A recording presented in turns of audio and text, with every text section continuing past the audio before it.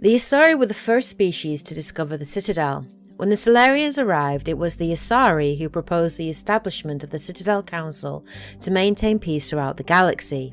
Since then, the Asari have served as the mediators and centrists of the Council. The Asari are very different to many other species in the Milky Way Galaxy because they are a monogendered species. There are no male or female Asari, instead they reproduce in an asexual manner. However, in physical form, they do closely resemble female humans. The Asari have a robust cellular regenerative system. Now, while they do not heal faster than other species, they do age at a slower rate, and Asari have been known to reach 1,000 years of age. The Asari reproduce through a form of parthenogenesis. Each Asari can attune her nervous system to that of another individual of any gender and of any species to reproduce. An Asari provides 2 copies of her own genes to her offspring. The second set is altered in a unique process called melding. During melding, an Asari consciously attunes her nervous system to her partner's, sending and receiving electrical impulses directly through the skin. The partner can be another Asari or an alien of either gender. Effectively, the Asari and her partner briefly become one unified nervous system. This unique means of reproduction is the reason Asari are talented biotics. Their evolved ability to consciously control nerve impulses is very similar to biotic training. Asari believe that their offspring acquire the best qualities of the father from the melded genes, although evidence is anecdotal. Still, there is a stigma against Asari who choose to meld with other Asari and the offspring that they produce, who are labelled pureblood. Such couplings are believed to weaken the Asari race as they bring no unique genetic or evolutionary traits to strengthen the Asari as a species. In Mass Effect 2 and Mass Effect 3, we are introduced to the Ardark Yakshi. Now, Ardark Yakshi is a rare genetic condition in Asari, specifically affecting their nervous systems. Now, although the condition does not harm the Asari, during mating, the Ardark Yakshi's nervous system completely overpowers and dominates that of her mates, causing a hemorrhaging in the victim's brain and ultimately death in extreme cases. As a result, the Ardark Yakshi becomes smarter, stronger, and deadlier after each encounter. Now, when diagnosed with this condition, afflicted Asari are given a choice, either to live in isolation or to be executed. The Asari do this to the Ardark Yakshi because it is an addictive condition. They feel compelled to mate, and the compulsion grows stronger each time they succeed. Ardark Yakshi are a disgrace to the Asari culture. It is suspected that this condition is what lies at the root of the Asari prejudice against purebloods. Samara, an Asari Justicar and a pureblood herself, states that the condition is as old as the Asari species and that it appears only among purebloods.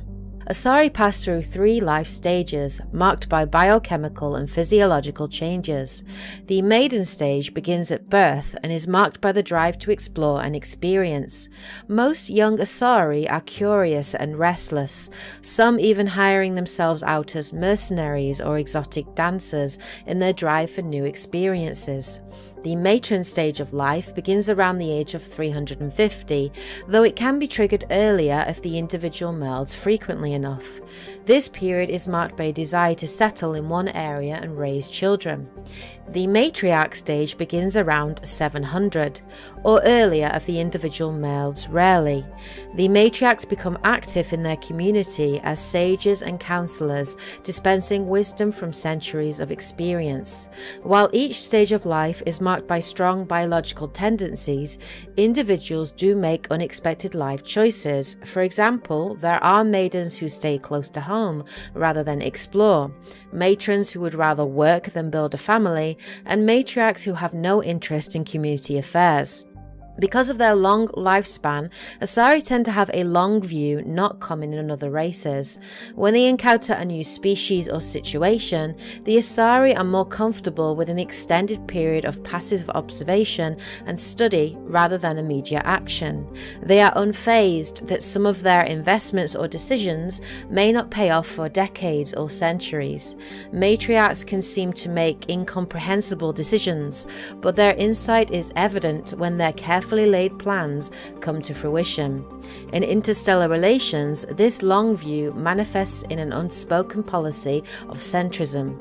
The Asari instinctively seek to maintain stable balances of economic, political, and military power.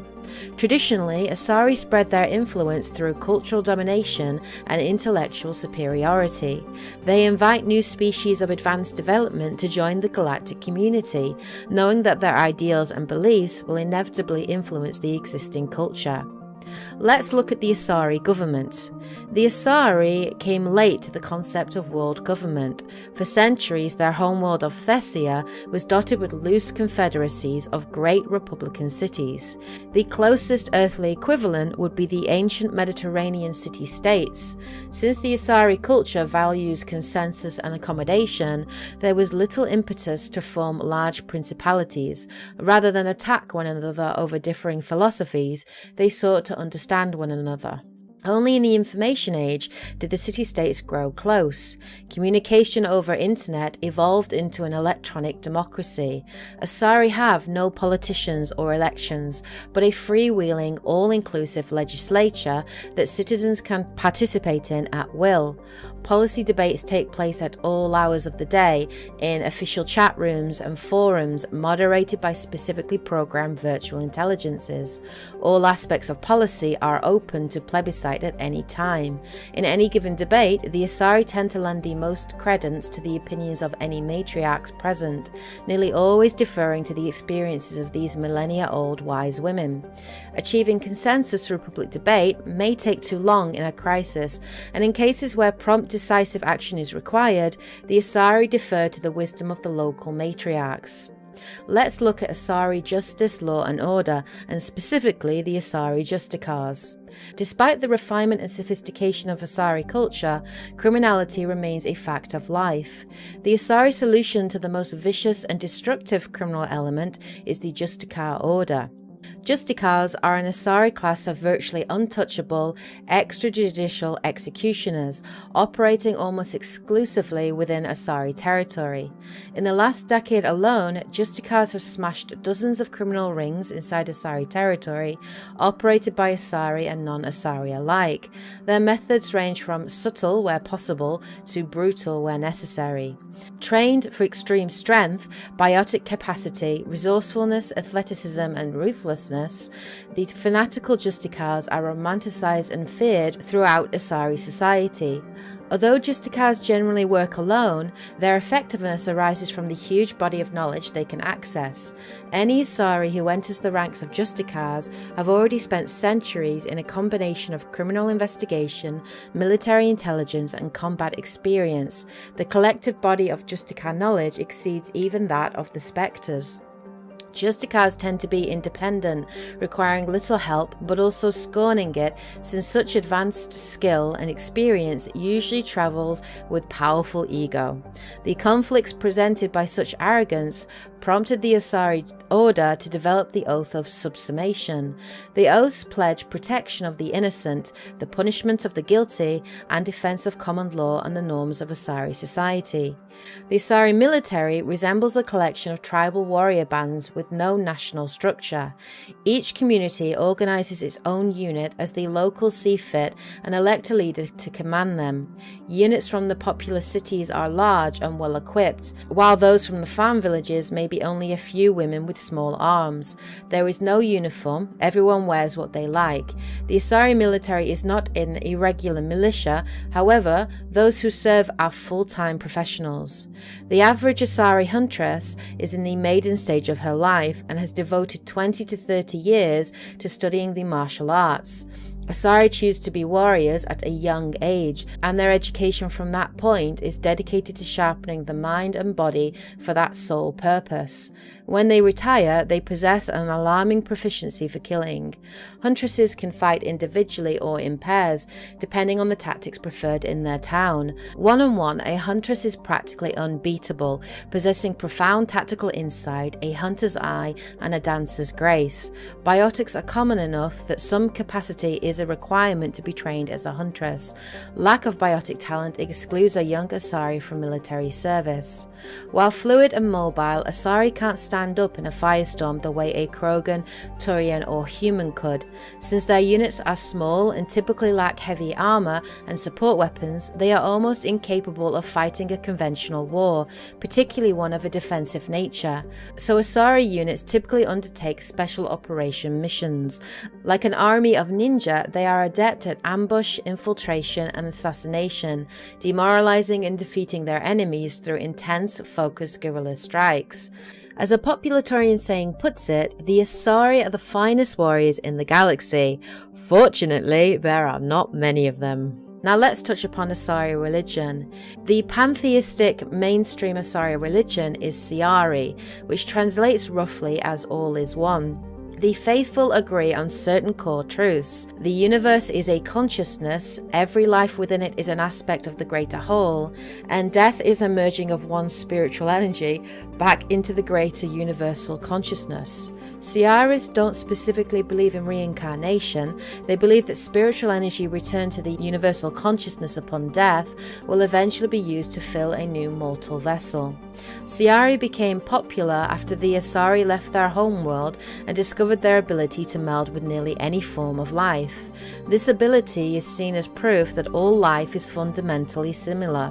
Siari priestesses see their role as promoting unity between the disparate shards of the universe's awareness. Before the rise of Siari pantheism, Asari religions were as diverse as their political opinions.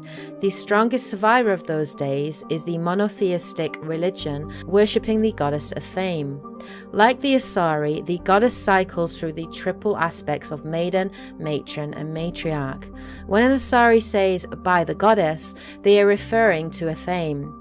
Along with her guides Janiri and Lucian, Athame is credited for helping to bring enlightenment to the ancient Asari, with Janiri teaching them agricultural practices, including seasons, Lucian teaching them about the stars, and Athame teaching them mathematics and medicine.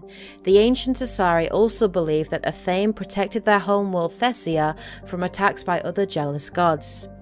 As revealed in Mass Effect 3, however, in reality, Athame was not a mythical goddess, but a guise crafted by the Protheans.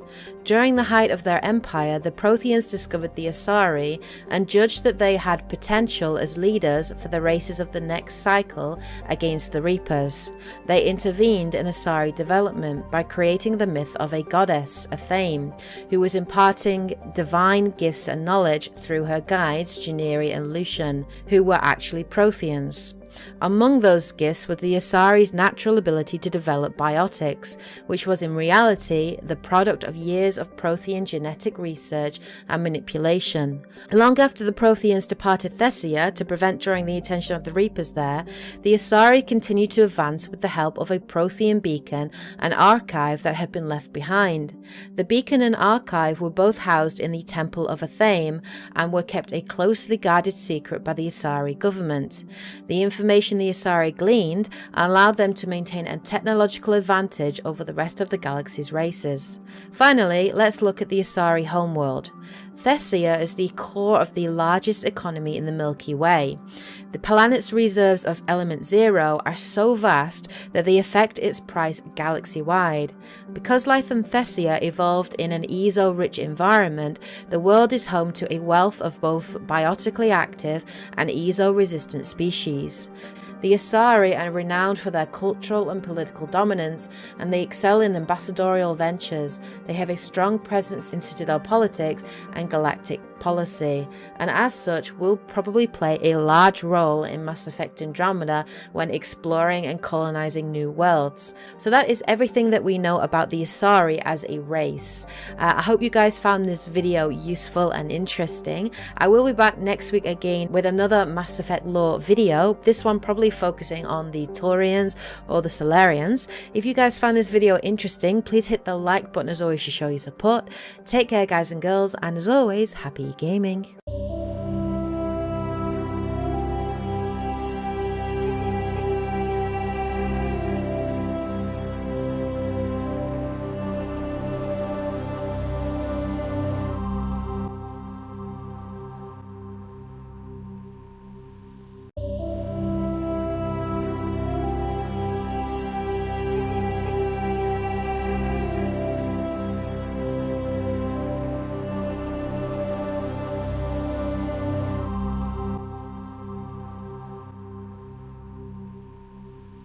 The Asari were the first species to discover the Citadel.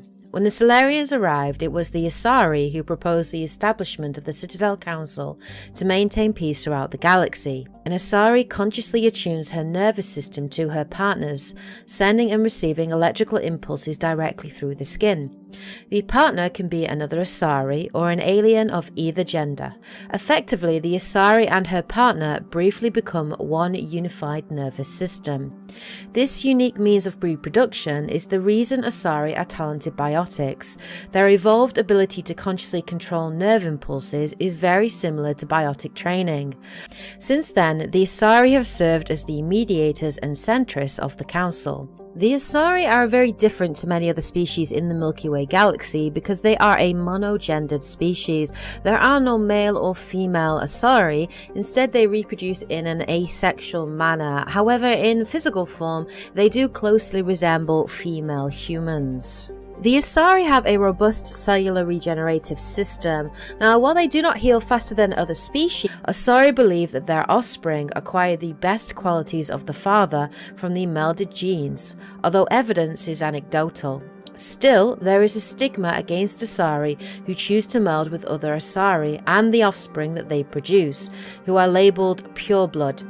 Such couplings are believed to weaken the Asari race, as they bring no unique genetic or evolutionary traits to strengthen the Asari as a species. In Mass Effect 2 they do age at a slower rate, and Asari have been known to reach 1,000 years of age. The Asari reproduce through a form of parthenogenesis.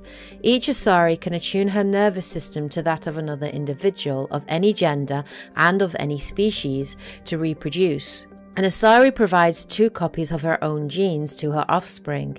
The second set is altered in a unique process called melding. During melding,